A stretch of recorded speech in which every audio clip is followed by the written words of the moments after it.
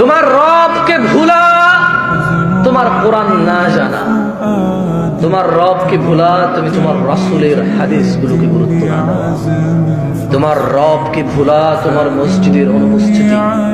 তোমার রবকে ভুলা তোমার পায়ের নিচে টাকনুর নিচে কাপড়টা বলে, তোমার রবকে ভুলা তোমার দাড়ি শেভ করাকে বলে, তোমার রবকে ভুলা তোমার উত্তেজনা আর উশৃঙ্খলতাকে বলে,